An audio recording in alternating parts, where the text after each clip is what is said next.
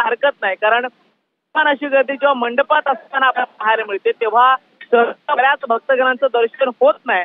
आणि आता गिरगाव चौपाटीवरती 12 तासामध्ये आज दिवसभरातल्या असंख्य शेकडो हजारो भक्तगणांनी चरणस्पर्श घेतलेला आहे, जवळून दर्शन घेतलेलं आहे, आपल्या राजाला अगदी जवळून अनुभवलेलं आहे, पाहिलेलं आहे। आणि आता जड अंतःकरणानं या लालबागच्या राजाला थोड्याच वेळामध्ये मुंबईच्या समुद्रामध्ये विसर्जन करून त्याला निरोप दिला जातोय आणि त्यासाठी तुफान अशी जी काही गर्दी आहे ती आपल्याला भक्तगणांची पाहायला मिळते आहे। शेवटची लालबागच्या राजाची ही मूर्ती आहे गिरगाव चौपाटीवरची, कारण दिवसभरामध्ये अगदी असंख्य अशा शेकडो सार्वजनिक गणेशोत्सव मंडळाच्या ज्या काही मूर्त्या आहेत मुंबईतल्या त्या विसर्जन होताना आम्ही पाहिलेल्या आहेत। अगदी कालपासून, काल खरं तर विसर्जनाचा दिवस होता, अनंत चतुर्दशी होती आणि काल जे काही मिरवणुकीमध्ये जे काही गणपती व्यस्त होते किंवा रात्रभर ज्या गणपतीच्या मिरवणुका चालतात त्या सगळ्या गणपतीच्या मिरवणुका आणि त्याचबरोबर विसर्जन आज आपण दिवसभरामध्ये पाहिलेलं आहे। मात्र काही मिनिटं अगदी उशीर झाल्यामुळे लालबागच्या राजाचा हे विसर्जन दिवसभर रखडलेलं होतं। अखेर या राजाला आता निरोप दिला जातोय आणि त्यासाठी आपण पाहतोय की लालबागच्या राजाची जी काही धून आहे त्या धूनवरती जे काही ढोल ताशा पथक आहेत ते सुद्धा अगदी समुद्रातल्या आतल्या एका बोटीमध्ये वाचताना आपल्याला पाहायला मिळतात। आणि इथलं माहोल खरंच खूप वेगळा आहे, कारण दिवसभर आपण पाहिलं की सगळेच भक्तगण हे शांततेमध्ये लालबागच्या राजाचं विसर्जन कधी होणार याची उत्सुकता सगळ्यांना होती किंवा ते वाट बघत होते, कारण दिवसभर हे विसर्जन रखडलेलं होतं। राजाला काल निरोप देणं आवश्यक होतं, मात्र आज आपण पाहतो की राजाला अखेर निरोप देण्याची जी काही प्रक्रिया आहे किंवा जी काही तयारी आहे ती अगदी सुरू झालेली आहे। या राजाची शेवटची आरती आपल्याला करता यावी किंवा इथं शेवटच्या आरतीला हजेरी लावता यावी यासाठी हजारो भक्तगण जे आहेत किंवा गणेश भक्त आहेत ते या ठिकाणी जमलेले होते आणि अगदी जे जमलेले आहेत त्यांना अखेर ही आरती जी आहे शेवटची ती नशिबी प्राप्त झालेली आहे। आणि थोड्याच वेळामध्ये लालबागचा राजा विसर्जनासाठी मार्गस्थ होताना पाहायला मिळतोय।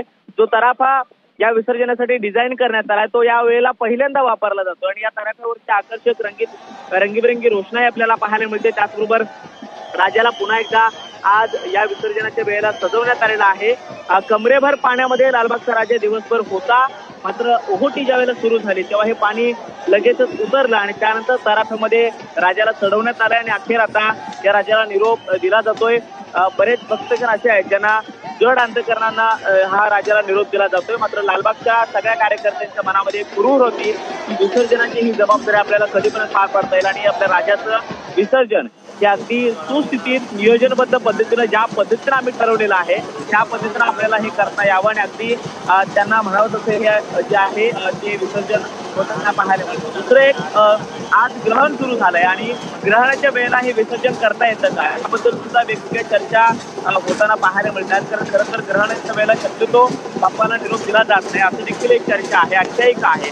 आणि तशा अवस्थेमध्ये सुद्धा लालबागच्या राजा सार्वजनिक गणेशोत्सव मंडळाच्या वतीने विसर्जनाची ही तयारी जी आहे ती जय्यत पद्धतीनं करण्यात आली।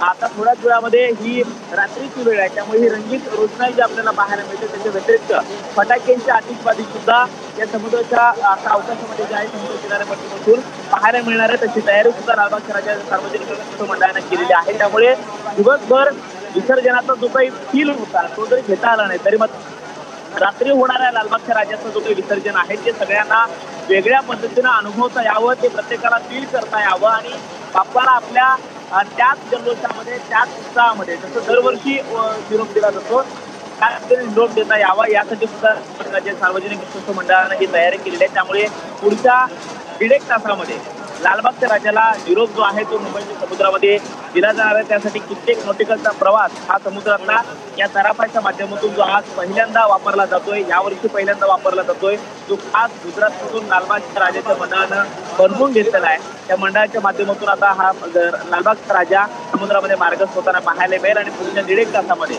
बाप्पाचं विसर्जन होण्याची शक्यता आता वर्तवली जाते। लालबागच्या राजाची शेवटची आरती जी आहे ती चौपाटीवरती झालेली आहे आणि या चौपाटीवरच्या आरतीमध्ये हजारो गणेश भक्त जे आहेत ते सहभागी झाल्याचं पाहायला मिळते।